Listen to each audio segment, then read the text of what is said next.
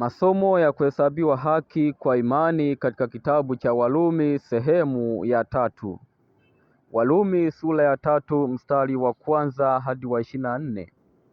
Wajibu wa kushiriki na wengine nuru tuliopewa na Mungu. Sheria inadai haki kamilifu, wanadamu wote mahali pasawa.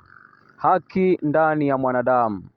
Katika somo letu la sura za 1 na ya 2 tumeona kuwa elimu pasipo Mungu ni upumbavu na ni uovu, na kwamba madai ya juu au kama asemavyo Paulo, tohara ya mwilini haifaidii kitu, mahali ambapo kile kitu ambacho ile ishara ilitolewa kwa ajili yake, yaani haki ya Mungu kwa njia ya imani, tohara ya moyo, hakipo.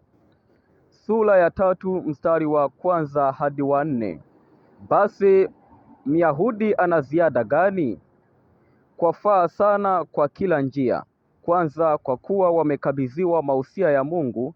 Ibrahimu aliongozwa kutoka katikati ya upagani, toka imani hata imani, na wazao wake wakawa wapendwa kwa ajili ya baba yao. Kwao Mungu alikabidhi kweli yake. Wakashindwa kuelewa nini faida ya kuwa Myahudi, na wakastarehe kwa kuridhika na madai yao ya juu, wakiwa na mawazo kuwa lazima Mungu atakuwa anawafikiria wenyewe zaidi ya watu wengine wowote. Mungu alikuwa amewapa nuru ili kwamba waipeleke kwa wengine, lakini wakiwa wamejaa kiburi na hawakuifanya kazi hiyo, naye Mungu aliwavumilia kizazi baada ya kizazi.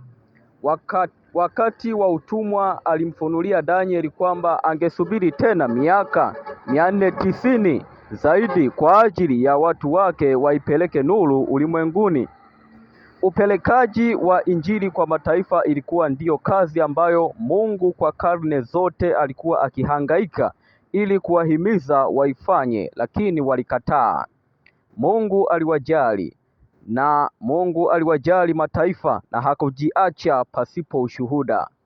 Matendo ya Mitume sura ya 14 mstari wa 17. Je, hatuoni mwelekeo miongoni mwetu kama watu wa kujisifu kwa sababu ya nuru tulio nayo na kujisikia kwamba lazima Mungu atakuwa anatufikiria sisi kama watu wake?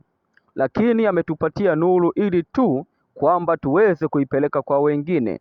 Kama tutajitukuza kwa sababu ya nuru, lakini hatuipeleki kwa wengine, Mungu atatuvumilia na kuchukuliana nasi kwa muda mrefu, lakini hatimaye mtu mwingine atachukua nafasi yetu na kuifanya kazi. Mungu amemwapia Ibrahimu na ahadi yake itatimizwa, hata kama wanadamu hawaamini. Mafungu ya 3 na la 4. Kama hatapatikana mwingine yeyote mwenye imani ya Ibrahimu, Mungu anao uwezo wa kumwinulia watoto toka kwenye mawe. Mungu mwenyewe ana kesi mbele ya malimwengu na Shetani na wanadamu waovu daima wamemshtaki kuwa ni dhalimu na katili, lakini kwenye hukumu mbinguni zote zitasema, ni za haki na za kweli njia zako, mfalme wa watakatifu. Kitabu cha Ufunuo sura ya 15 mstari wa 3. Mafungu ya 9 na la 18. Wote wamo dhambini, hakuna njia mbili ya wokovu, njia ya amani hawaijui. Kitabu cha Isaya sura ya 59 mstari wa 8. Hapa ndipo penye kipimo kikionyesha tofauti kati ya Myahudi wa kweli na mataifa. Wana wa imani watakuwa na amani hii daima pamoja nao, amani aliyokuwa nayo Kristo. Fungu la 19. Chini ya sheria ni tafsiri isiyo sahihi. Chini ya sheria ni tafsiri isiyo sahihi inamaanisha ndani ya sheria au ndani ya mamlaka yake. Kwa sheria hii ulimwengu wote unakuwa hatiani. Hakuna mtu aliye na afadhali kuliko mwingine mbele ya sheria. Ndiyo, hakuna mtu aliye afadhali kuliko mwingine mbele ya sheria. Fungu la 20. Watu wengi wanahisi wasiwasi wasije wakaishusha hadhi kwa kuweka uzito kwenye mafungu kama haya, lakini Mungu aliyeyaandika maandiko ni vema aachiwe ailinde heshima ya sheria yake mwenyewe. Ni kwa heshima ya milele ya sheria kwamba haiwezi kumhesabia haki mkosaji. Sheria inadai haki kamilifu ndani ya mwanadamu, ile iliyodhihirishwa katika maisha ya Kristo. Na hakuna mwanadamu aliyewahi kuishi kama Kristo alivyoishi. Wote ni wenye hatia, wote ni wenye dhambi. Ukamilifu na utukufu wa sheria unawaongoza wadhambi kulia, tutendeje? Matendo ya Mitume sura ya 2 mstari wa 37.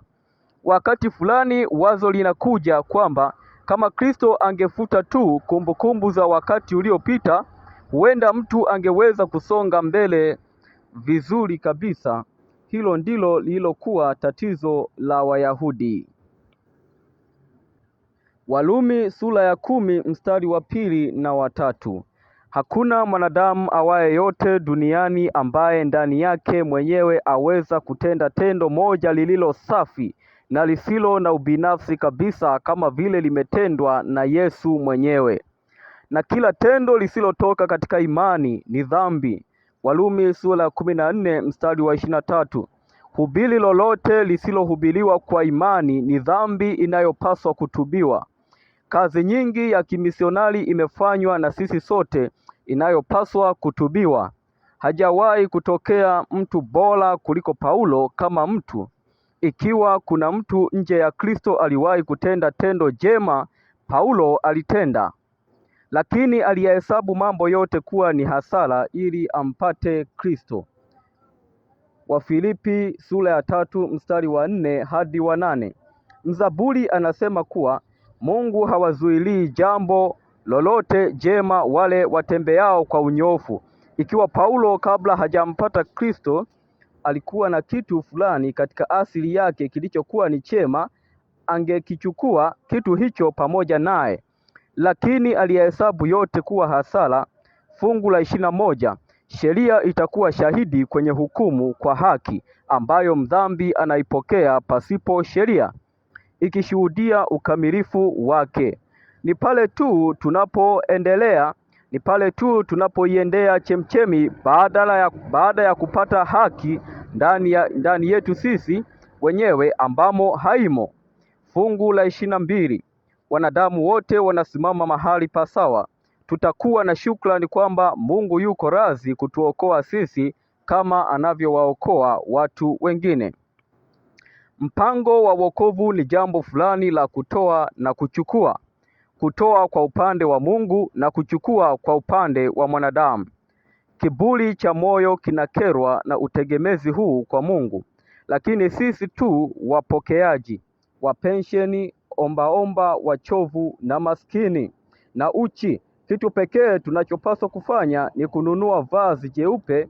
Hilo linatolewa bila fedha na bila gharama, kupitia kwa Bwana wetu Yesu Kristo. Nabii alishangilia katika Bwana kwa sababu Mungu alikuwa amemvika mavazi ya wokovu na kumfunika kwa joho la haki. Hatupasi kujivika joho sisi wenyewe. Hebu tumwamini Mungu aweze kufanya ndani yetu.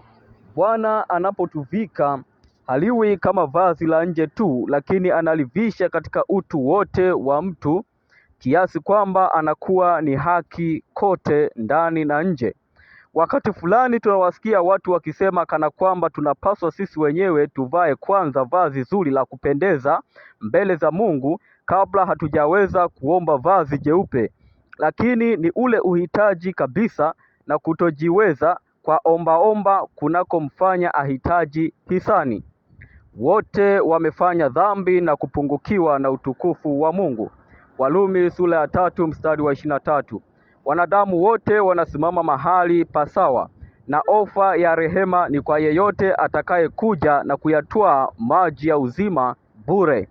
Tunahesabiwa haki bure kwa neema yake kwa njia ya ukombozi ulio katika Kristo Yesu. Fungu la 24.